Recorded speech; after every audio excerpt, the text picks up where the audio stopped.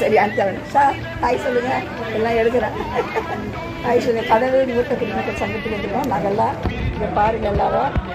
Hi sir அனுப்பி sir. அப்புறம் அப்படியே